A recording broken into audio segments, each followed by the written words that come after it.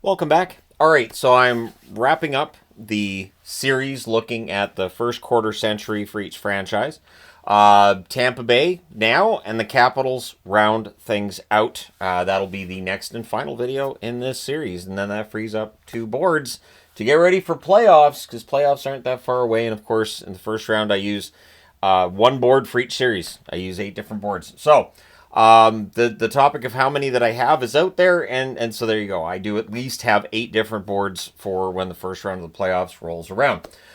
So Tampa Bay. Tampa Bay has been a very good team for a long time now. But their regular season ranking, when they did the quarter season rankings, was ninth. They've had some rebuild-ish kind of years in there too. Playoffs, they're first. Stanley Cup wins in 2004, 2020, and 2021. Stanley Cup finalists in 2015 and 2022. And for conference finals, 2003, 2011, 2016, and 2018. And that's why they're first. They have really been very consistent, very excellent, and their down periods in between being really good have not been that long. And so, yeah, the Tampa Bay Lightning have been excellent. 2019 being what it is, 2019 is an outlier. This team has been very good for quite. In fact, the fact that in 2018 they go to the conference finals, 2019 they famously get eliminated in the first round in 4 straight, but then 2020 they win the cup. There you go. Their last Stanley Cup win being 2021, but they did make the final in 2022. I'm even shorting them a Stanley Cup final. Look at that. Because, yeah, 2022, they went back to the Stanley Cup final, that 3rd straight year, the first team to do that since the Islanders did it way, way, way back in 1984, which was actually their 5th in a row, but it's the first time somebody had done it 3 times in a row. Nope, 5th in a row. Yep. So anyways, there you go. Tampa Bay is excellent come playoff time, and I don't suspect that's going to change anytime soon. I say that knowing that they've lost early in the playoffs the last couple years. To me, that just means they're getting ready for another playoff run, because it's what they do. So for a grade, I got to give them an A+. This is a franchise that definitely gets an A+, based on 3 Stanley Cups, based on a couple of finals on top of that, and then all the times to make the conference finals. They're they're a very tough outcome playoff time. Now, their leading scorer from January 1st of 2001 through to the end of the 2023-2024 season, unsurprising, it's Steven Stamkos. 1,082 games, 555 goals, 582 assists, 1,137 points. Marty St. Louis, also pretty unsurprising, he's number 2. 939 games, 359 goals, 578 assists, 937 points. Nikita Kucherov is third, 725 games, 320 goals, 553 assists, 873 points. Vinny Lecavalier, 838 games, 331 goals, 416 assists for 747 points. Victor Hedman, 1,052 games, 156 goals, 572 assists, 728 points.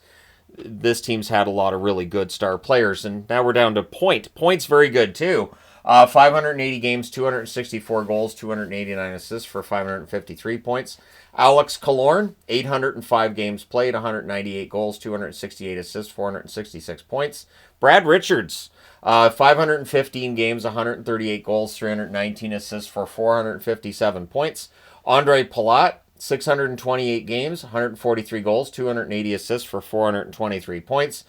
Vinny Prospal, 468 games, 127 goals, 244 assists, 371 points. That's an excellent, I don't know why I'd say extra, excellent top 10 in terms of scoring. Now, goaltending, it's the Andrei Vasilevsky show, right? A record of 293, 143, and 30, 917 save percentage. Ben Bishop is next on the list, a record of 131, 64, and 20, and a 921 save percentage. Nikolai Habibulin, record of 83, 74, and 28, 914 save percentage. Graham makes the list, record of 53, 36, and 6 for a 900 save percentage. Good for Graham to get on the board. And then you get into how much turnover we've seen at times, but when you look at the coaches, the GMs, captains, interesting stories here. So we'll start with the coaches. That's generally how this has worked throughout this series. Steve Ludzik was the coach of this team.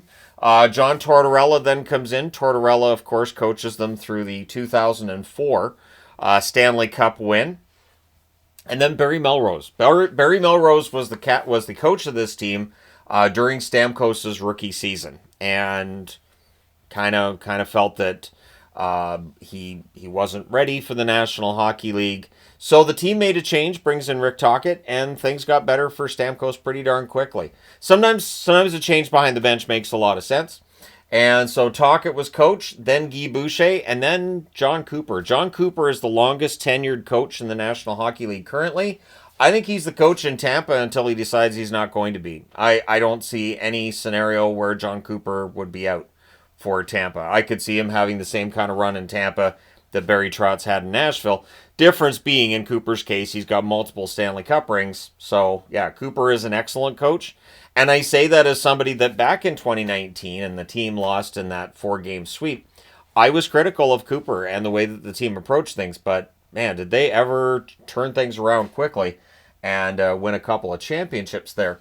Now, general managers, this is always an interesting discussion, too. Rick Dudley, when we get to 2001, we're back to the Rick Dudley era. Jay Feaster, Brian Lawton was general manager of the team as well, and then Steve Yzerman. And while we're having the debate about Yzerman and his job that he's done in Detroit, I don't think anybody can take anything away from the job he did in Tampa. It was an excellent roster building exercise by Yzerman, and he moves on to Detroit, hands the reins to Julien Brisebois. Brisebois has been very good for Tampa as well. The one concern I would think I would have with the job done by Julien Brisebois is some of the costs for his rentals or for players he's picked up have been steep. It's been steep in terms of future assets, of draft picks and prospects. It could bite the team at a later time, but if they end up winning another Stanley Cup in the next couple of years here, I don't know if it's going to matter.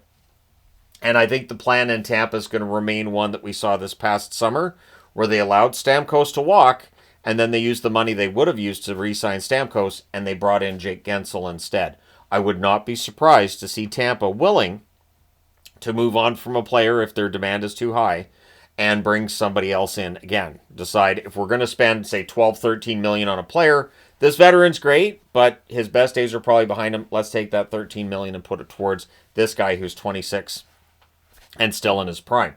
If they can find a way to do that, and if they can continue to be a preferred landing destination for free agents and guys who are on the trading block, Tampa could stay towards the top of the league and relevant in a Stanley Cup conversation for a long time to come.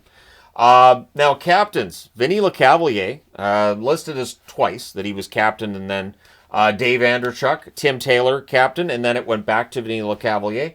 Marty St. Louis, he was captain there for a while, and then Steven Stamkos. Stamkos, captain of the team. It then goes to Victor Hedman when Stamkos left. And I think that if at some point in time Hedman's like, well, this was great, this was fun, but my time is done, I think the next guy on the list to be captain would be Kucherov. But I wouldn't rule out Tampa just bring in the next star player. So what they've done with Jake Gensel, I do think they'll repeat it. And they will always have, I would think, good leadership, good goal scoring. It will be interesting to see how many more years Tampa is relevant in that Stanley Cup conversation. It's relevant now. I would think it's probably still relevant next season. You've still got Vasilevsky in net. You've still got Kucherov up front. You still got Hedman on the blue line.